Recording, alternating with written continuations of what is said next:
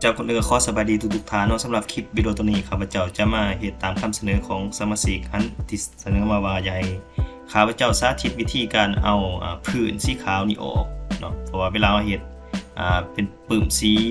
แดงหรือว่าสีดำมันจะเห็นผื่นสีขาวของโลโก้นี้โซ่ขึ้นมานำเนาะแต่ว่าข้าพเจ้าจะมาแนะนำวิธีง่ายๆเนาะโดยที่ว่าเราบ่จำเป็นต้องไปใส่โปรแกรมหยังหลายเพียงแต่เราใส่ Word หรือว่า PowerPoint ก็สามารถเฮ็ดได้เช่นเดียวกันเนาะสำหรับโลโก้ที่ว่า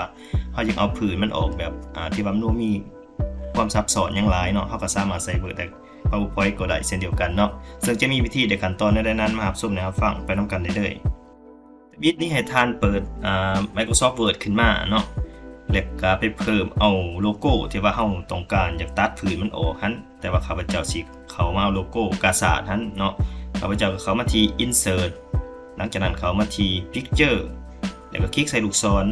แล้วมันจะมีคำว่า List Device นี้ให้เราคลิกใส่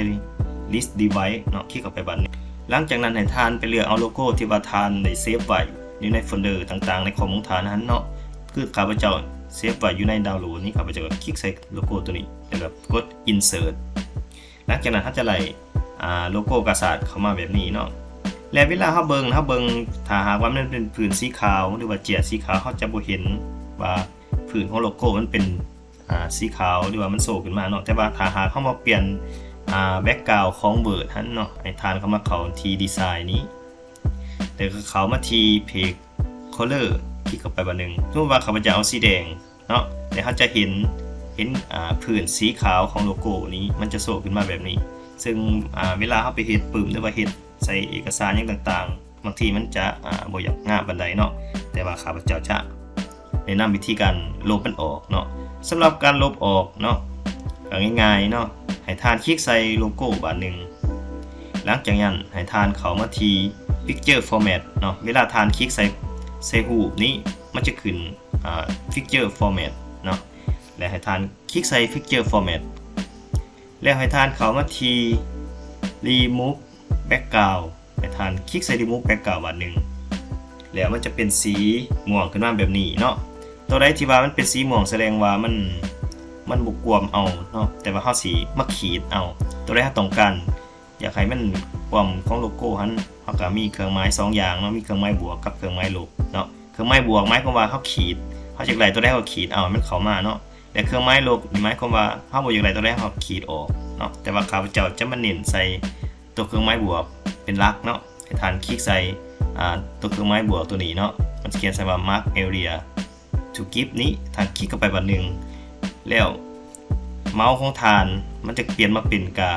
บิ๊กแบบนี้เนาะหลังจากนั้นเวลาท่านเห็นห่วงเขาเนาะเห็นห่วงเขาว่ามันเป็นสีม่วงเฮาก็ขีดมันเนาะขีดให้เฮาขีดตามที่เฮาต้องการเนาะยกตัวอย่างว่าข้าพเจ้าสิขีดตัวนี้เนาะให้ท่านคลิกเมาส์แล้วก็ลากลงให้มันเป็นเส้นแบบนี้เนาะแต่ก็สังเกตเห็นว่าห่วงเขามันก็เพิ่มเข้ามาเนาะตัวปลายมันคือกันเนาะให้ท่านคลิกหรือก็ลากเป็นเส้นแบบนี้เนาะมันก็กวมเข้ามาแบบนี้กับตัวนี้เนาะเอาก็ขีดกันเนาะให้มันกวมเข้ามาหมดเนาะตัวนี้คือกันกับท่าสีหรือว่าขีดขึ้นไปมันก็กวมออกมาและตัวนี้ขีดเข้าไปมันก็กวมถ้าหากว่าปลายมันยังเป็นสีม่วงเท่ากับคลิกใส่ปลายมันก็ขีดน้อยนึงเนาะมันก็เข้ามาตัวนี้คือกันคลิกแบบนี้ตัวนี้ขีดจนมันครบตามหู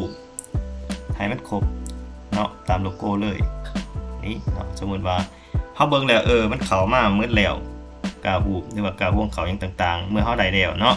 ให้ท่านเลื่อนเมาส์มาที่เครื่องหมายตัวนี้เนาะเครื่องหมายติ๊กถืออยู่นี่เนาะมันจะเขียนคำว่า Give Change เนาะท่านคลิกเข้าไปบัดนึงแล้วจะเห็นว่าผืนสีขาวมันถูกลบออกเป็นที่เรียบร้อยเนาะถือว่าเฮาก็สำเร็จเนาะเพียงเท่านี้แบ็คกราวด์หรือว่าผืนของโลโก้มันก็จะหายไปเนาะเฮาลองมาเปลี่ยนผืนของเกียร์เนาะลงมาเปลี่ยนเป็นสีใหม่หรือว่าเฮาเหลือเป็นสีเหลืองเห็นบ่โลโก้มันก็ผืนขาวมันก็หายไปแล้วเพียงเท่านี้เฮาก็สามารถเฮ็ดหน้าปกหรือว่าเฮ็ดเอกสารต่างๆได้ตามที่เราต้องการเนาะ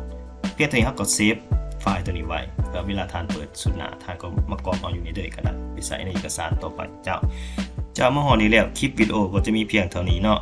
ถ้าหากท่านคิดว่าคลิปวิดีโอนี้มีประโยชน์ขอรบกวนท่านช่วยกดถูกใจและกดแชร์ในช่องทางYouTube Facebook และ TikTok เนาะเพื่อท่านจะบ่พลาดคลิปวิดีโอใหม่ๆจากข้าพเจ้ามาฮอดนี้แล้วขอขอบใจหลายท่านที่เข้ารับฟังตั้งแต่ต้นจนจบเจ้าขอขอบใจ